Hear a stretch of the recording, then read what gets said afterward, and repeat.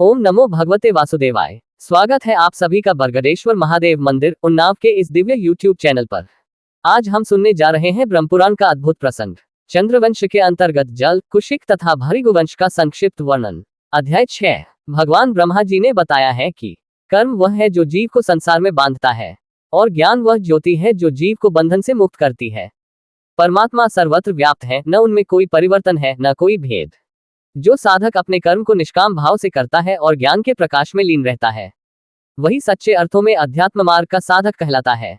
इस अध्यात्म ज्ञान की प्राप्ति के लिए श्रद्धा, भक्ति, ध्यान और सत्संग, ये 4 मुख्य साधन बताए गए हैं। इनके द्वारा मनुष्य स्वयं में स्थित परमात्मा को अनुभव करता है। यदि आप भी ऐसे ही दिव्य पुराण प्रसंगों को सुनना चाहते हैं, तो हमारे चैनल बरगदेश्वर महादेव मंदिर उन्नाव को सब्सक्राइब करें। हर दिन शाम 5 बजे हमारे चैनल पर आपको ब्रह्मपुराण कथा सुनने को मिलेगी, और धीरे धीरे हम सभी 18 पुराणों की कथाएं आप तक लेकर आएंगे। अगर आपको किसी विशेष पुराण या प्रसंग से जुड़ी जानकारी चाहिए, तो कमेंट में जरूर पूछें, हम आपकी जिज्ञासाओं का समाधान अवश्य करेंगे।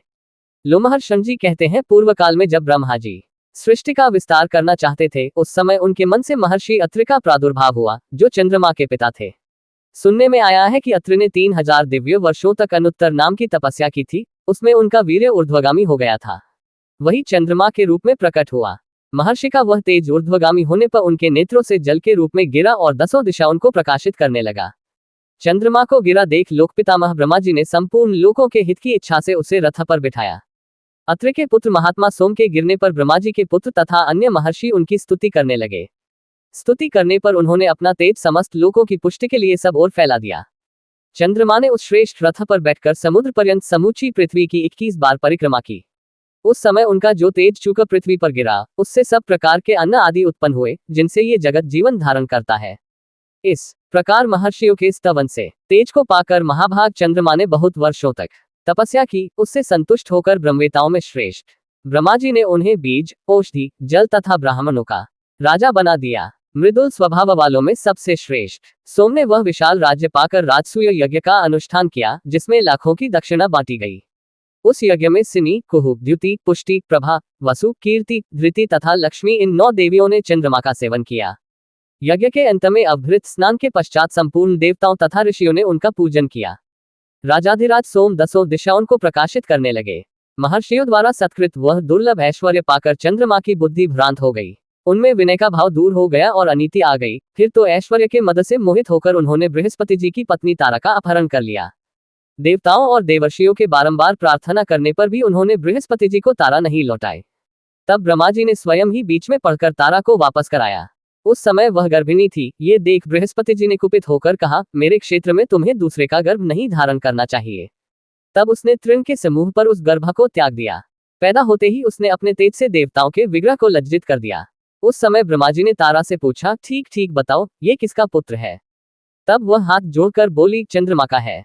इतना सुनते ही राजा सोम ने उस बालक को गोद में उठा लिया और उसका मस्तक सूंघकर बुध नाम रखा। यह बालक बड़ा बुद्धिमान था।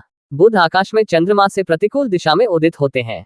मुनिव्रो बुध के पुत्र पुरूरवा हुए, जो बड़े विद्वान, तेजस्वी, दानशील, यज्ञकर्ता तथा अधिक दक्षिणा देने वाले थे। वे ब्रह्मवादी, पराक्रमी तथा शत्रुओं के लिए दुर्धर्ष थे। निरंतर अग्निहोत्र करते और यज्ञों के अनुष्ठान में संलग्न रहते थे। सत्य बेटी बोलते और बुद्धि को पवित्र रखते थे। तीनों लोकों में उनके समान यशस्वी दूसरा कोई नहीं था। वे मैंने ब्रह्मवादी, शांत, धर्मज्ञ तथा सत्यवादी थे। इसीलिए यशस्विनी उर्वशी ने मान छोड़कर उनका वरण ने किया। राजा पुरूरवा उर्वशी के साथ पवित्र स्थानों में को 59 वर्षों तक विहार करते रहे। उन्होंने महर्षियों द्वारा बहु प्रशंसित प्रयाग में राज्य किया। उनका ऐसा ही हो प्रभाव था।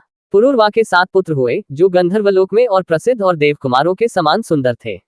उनके नाम इस प्रकार हैं, आयु, अमावसु, विश्वायु, अनधर्मात्मा, श्रुतायु, द्रयायु, वनायु तथा बहनायु। ये सब उर्वशी के गर्भ से उत्पन्न हुए थे। अमावसु के पुत्र राजा भीम हुए। भीम के पुत्र कांचनप्रभ और उनके पुत्र महाबली सुहोत्र हुए। सुहोत्र के पुत्र का नाम जड था, जो केशिनी के गर्भ से उत्पन्न हुए थे। उन्होंने सर्पमेध नामक महान यज्ञ का अनुष्ठान किया। एक बार गंगा उन्हें पति बनाने के लोभ से न उनके पास गई, किंतु उन्होंने अनिच्छा प्रकट कर दी। तब गंगा ने उनकी यज्ञशाला बहा दी। ये देख जहू ने क्रोध में भरकर कहा, गंगे, मैं तेरा जल पीकर तेरे इस प्रयत्न को अभी व्यर्थ किए देता हूँ। तू अपने इस घमंड का फल शीघ्र पाले।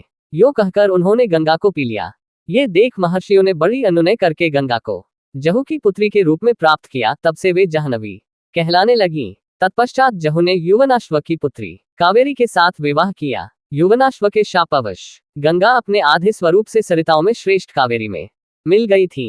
जह ने कावेरी के गर्भ से सुनद्य नामक धार्मिक पुत्र को जन्म दिया। सुनद्य के पुत्र अजक, अज के बलाकाश्व और बलाकाश्व के पुत्र कुश हुए। कुश के देवताओं के समान तेजस्वी 4 पुत्र हुए, कुशिक, कुशनाभ, कुशाम्ब और मूर्तिमान। राजा कुशिक वन में रहकर ग्वालों के साथ पले थे। उन्होंने इंद्र के समान पुत्र प्राप्त करने की इच्छा से तप किया। 1000 वर्ष पूर्ण होने पर इंद्र भयभीत होकर उनके पास आए। उन्होंने स्वयं अपने को ही उनके पुत्र रूप में प्रकट किया।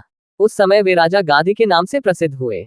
कुशिका की पत्नी पौरा थी, उसी के गर्भ से गाधी का जन्म हुआ था। गाधी के एक परम सौभाग्यशालिनी कन्या हुई, जिसका नाम सत्यवती था।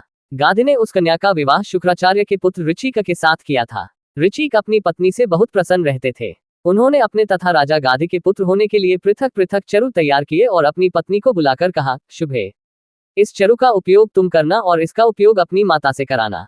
तुम्हारी माता को जो पुत्र होगा वह तेजस्वी क्षत्रिय होगा। लोक में दूसरे क्षत्रिय उसे जीत नहीं सकेंगे। वह बड़े बड़े क्षत्रियों का संहार करने वाला होगा तथा तुम्हारे लिए जो चरुक तथा भृगुवंश का है वह तुम्हारे पुत्र को धीर, तपस्वी, शांतिप्रायण एवं श्रेष्ठ ब्राह्मण बनाएगा। अपनी पत्नी से यो कहकर भृगुनंदन ऋचिक घने जंगल में चले गए और वहां प्रतिदिन तपस्या में संलग्न रहने लगे। उस समय राजा गाधी अपनी स्त्री के साथ तीर्थ यात्रा के प्रसंग में घूमते हुए ऋचिक मुनि के आश्रम पर अपनी पुत्री से मिलने के लिए आए थे। सत्यवती ने दोनों चरु ऋषि से ले लिए थे। उसने उन्हें हाथ में लेकर अपनी माता को निवेदन किया। उसकी माता ने दैववश अपना चरु पुत्री को दे दिया और उसका चरु स्वयं ग्रहण कर लिया। तदनंतर सत्यवती ने समस्त क्षत्रियों का विनाश करने वाला गर्भ धारण किया। उसका शरीर अत्यंत उद्दीप्त हो रहा था। देखने में वह बड़ी भयंकर जान पड़ती थी। ऋचिक ने उसे देखकर योग के द्वारा सब कुछ जान लिया और उससे कहा, भद्रे, तुम्हारी माता ने चरु बदलकर तुम्हें ठग लिया। तुम्हारा पुत्र कठोर कर्म करने वाला और अत्यंत दारुण होगा तथा तुम्हारा भाई ब्रह्मभूत तपस्वी होगा, क्योंकि मैंने तपस्या से सर्वरूप ब्रह्म का भाव उसमें स्थापित किया था। तब सत्यवती ने अपने पति को प्रसन्न करते हुए कहा, मुने, मेरा पुत्र ऐसा न हो, आप जैसे महर्षि से ब्राह्मणाधम की उत्पत्ति हो, यह मैं नहीं चाहती। ये सुनकर मुनि बोले, भद्रे, मेरा पुत्र ऐसा हो ये संकल्प मैंने नहीं किया है, तथापि पिता और माता के कारण पुत्र कठोर कर्म करने वाला हो सकता है। उनके यो कहने पर सत्यवती बोली, मुने, आप चाहें तो नूतन लोकों की भी सृष्टि कर सकते हैं। फिर योग्य पुत्र उत्पन्न करना कौन बड़ी बात है। आप मुझे शांतिप्रायण कोमल स्वभाव वाला पुत्र देने की कृपा करें। यदि चरु का प्रभाव अन्यथा किया जा सके तो वैसे उग्र स्वभाव का पौत्र भले विश्वी हो जाए, पुत्र वैसा कदापि न हो। तब मुनि ने देव अपने तपोबल से वैसा ही करने का आश्वासन देते हुए सत्यवती के प्रति प्रसन्नता प्रकट की और है कहा, सुंदरी, पुत्र अथवा पौत्र में मैं कोई अंतर ही नहीं मानता। तुमने जो कहा है वैसा ही होगा। तत्पश्चात सत्यवती ने भृगुवंशी जमदग्नि को जन्म दिया, जो तपस्या प्रयण, जितेंद्रिय तथा सर्वत्र मह संभाव रखने वाले थे। सत्यवती भी सत्यधर्म में तत्पर रहने वाली पुण्यात्मा स्त्री थी। वही कौशिकी नाम से प्रसिद्ध महानदी हुई। इक्ष्वाकु वंश में रेणु इन नाम के एक राजा थे। उनकी कन्या का नाम रेणुका है था। रेणुका को कामली भी कहते हैं। तप और ग विद्या से संपन्न जमदग्नि ने रेणुका के गर्भ से अत्यंत भयंकर परशुराम जी को प्रकट किया, जो समस्त विद्याओं में पारंगत, धनुर्वेद में प्रवीण, क्षत्रिय वे कुल का संहार करने वाले तथा प्रज्वलित अग्नि के समान तेजस्वी थे। ऋचिक के सत्यवती से प्रथम तो ब्रह्मवेताओं में श्रेष्ठ जमदग्नि हुए। मध्यम पुत्र शुनहशेप और कनिष्ठ पुत्र शुनहपुच्छ थे। कुशिकनंदन गाधी ने विश्वामित्र को पुत्र रूप में प्राप्त किया, जो तपस्वी, विद्वान और शांत थे। वे ब्रह्मर्षि की समानता पाकर वास्तव में ब्रह्मर्षि हो गए। धर्मात्मा वे भले। विश्वामित्र का दूसरा नाम विश्वर्त था। विश्वामित्र के ने देवरात आदि कई पुत्र हुए, जो संपूर्ण विश्व में देते विख्यात थे। उनके नाम इस प्रकार बतलाए जाते नौर हैं, देवरात, कात्यायन गोत्र के प्रवर्तक कति, तरहिरण्याक्ष, रेणु, रेणुक, सांकृति, गालव, मुगल, मधुच्छिंद, जय, देवल, अष्टक, कच्छप और हारित ये सभी विश्वामित्र के पुत्र थे। इन कौशिकवंशी महात्माओं के प्रसिद्ध गोत्र इस प्रकार है, पाणिनि, बभ्रू, ध्यांजप्य, पार्थिव, देवरात, शाल्नकायन, किबाष्कल, लोहितान, हारित और अष्टकाद्याजन। गु इस वंश में ब्राह्मण और क्षत्रिय का संबंध विख्यात का है। विश्वामित्र के पुत्रों में शुनहशेप सबसे बड़ा माना गया है। यद्यपि उसका जन्म भृगुकुल में हुआ था, तथापि वह कौशिक गोत्र वाला हो गया। हरिदश्व के यज्ञ में वह पशु बनाकर लाया गया था, किंतु देवताओं ने उसे विश्वामित्र को समर्पित कर दिया। देवताओं द्वारा प्रदत्त होने के कारण वह देवरात नाम से विख्यात हुआ। देवरात आदि विश्वामित्र के अनेक पुत्र थे। विश्वामित्र की पत्नी दृश्यद्वती के गर्भ से अष्टक का जन्म हुआ था। अष्टक का पुत्र लोही बताया गया है। इस प्रकार मैंने जहुकुल का वर्णन किया। इसके बाद महात्मा आयु के वंश का वर्णन करूंगा। यदि आपको हमारे वीडियो ज्ञानवर्धक लगे तो लाइक, शेयर और सब्सक्राइब करना न भूलें, ताकि अधिक से अधिक लोग पुराणों की इस अमृतधारा से जुड़ सकें। अगर ये जानकारी पसंद आए हो तो हमारे चैनल बरगदेश्वर महादेव मंदिर उन्नाव को लाइक, शेयर और सब्सक्राइब करना न भूलें। फिर मिलेंगे नई जानकारी के साथ।